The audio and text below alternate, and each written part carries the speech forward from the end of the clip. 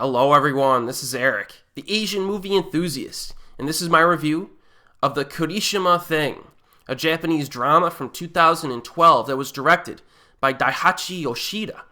And Yoshida also directed Funuke Show Me Some Love, You Losers, Pale Moon, and A Beautiful Star, all of which I previously reviewed on my channel. He also did some other stuff that I have not yet reviewed or have not seen. In my opinion, The Kirishima Thing is Yoshida's best film from what I've seen. It's really good. So this film takes place at a high school. The students go about their daily business despite the absence of a popular classmate and athlete named Kirishima. So his absence causes some changes in the social dynamics at this school, especially when rumors about him begin to circulate. And this is very much an ensemble film that explores the dilemmas of a bunch of different kids, as well as, and it also explores the theme of, social boundaries within the school itself. If forced to choose the lead characters, though, I would have to say that there are three here. Ryoya, played by Ryunosuke Kamiki.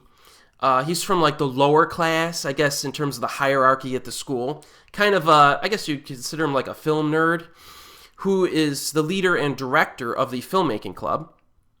And then you have Kasumi, played by Ai Hashimoto. She's from the elite class, the hot girls class. But she seems to have an interest in Ryoya. And then three, you have Hiroki, played by Masahiro Higashide, also from the elite class, who is currently a non-participating member of the high school baseball team, so he's having some issues there. Now, Pierce Conran from the Screen Anarchy website has a great, concise summary of this film's main theme that I would like to quote here from his review. So, quote, "The jocks and their girlfriends, Kirishima's friends, hold power in the school while, tellingly, the geeks are represented as members of a film club in Daihachi's new film, this director's new film. Between these higher and lower strata, outliers, such as the school's band leader with a crush on someone from the popular crowd, and a small kid unexpectedly promoted to the starting lineup of the volleyball team in Kirishima's absence, both find themselves in new and uncomfortable situations. But with the school's top dog gone for the moment, the changes don't just rise up to fill the gap.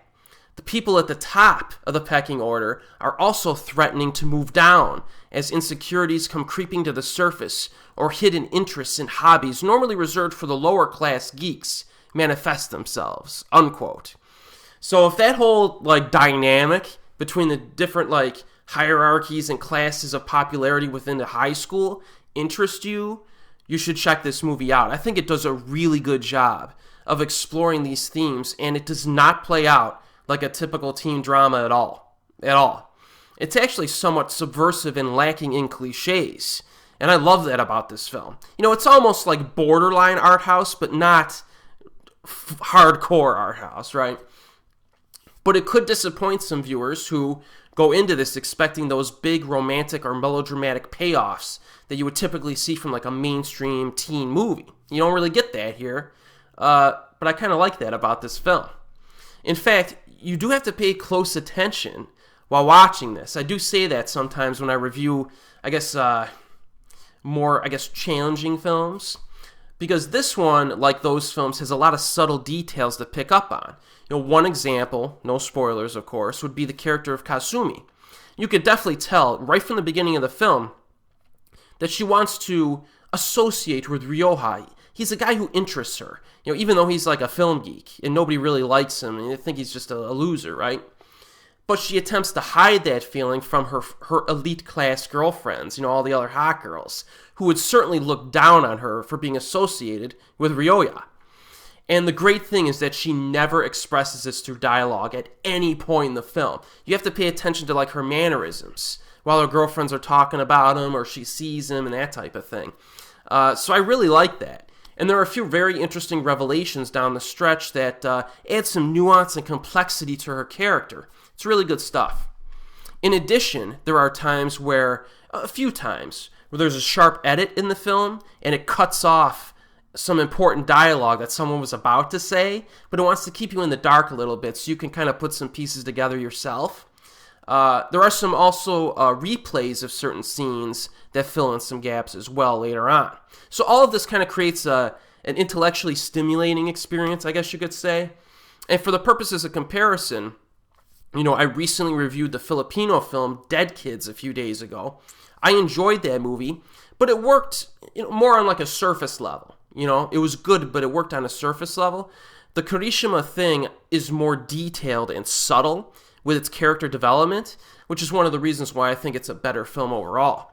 It also does a really good job of balancing a wide variety of characters, and it works well because it's more interested in capturing realistic character interaction in school life instead of like overstuffing the film with plot. You know what I mean? There's not like a ton of plot in this film. It's all like interaction. And I think that's why it works so well at balancing everything. It doesn't feel overstuffed at all. Everybody gets their time to like shine, so to speak. So yeah, I think this film's pretty much a resounding success in that regard. Performances are great by the young actors. Sometimes in teen films from around the world, the characters feel like they have to overact a little bit. But this film, you don't really get that, man. Very realistic depiction of teens in this. I really enjoyed that. Very realistic acting style, which is kind of important for an ensemble film. Now, I was relatively unfamiliar with some of the big-name actors in this when I saw this film.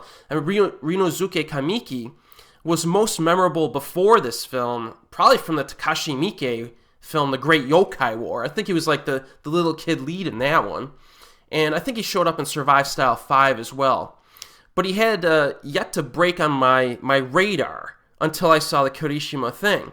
Since this film, he's had a bunch of noteworthy lead roles and even some very memorable supporting roles that I enjoyed. And the same is true with Ai Hashimoto. She had a supporting role in Tetsuya Nakashima's film Confessions back in 2010, and she was also in the live-action adaptation of Another the same year as the Kirishima Thing that came out. But again, she was not on my radar until I saw this film.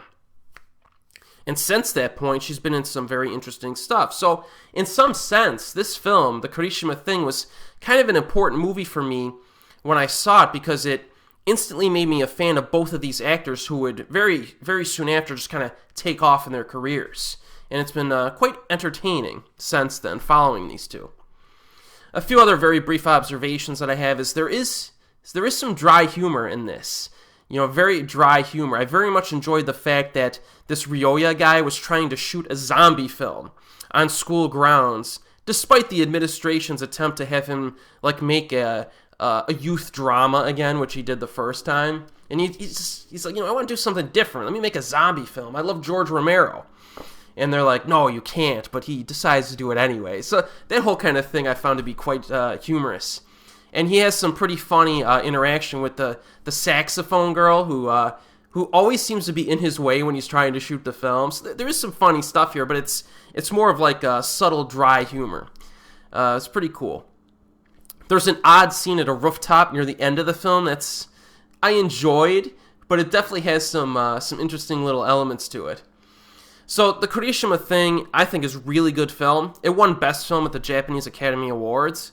And you can still find some copies of the Region 3 DVD out there with some English subtitles. It's floating around. I think I saw a copy on Amazon and a copy on eBay not too long ago. It's probably in the $20 range, though you might have to pay a little bit for it. But this is worth checking out, man. It's a really good film, I think. And as always, we'll see you next time.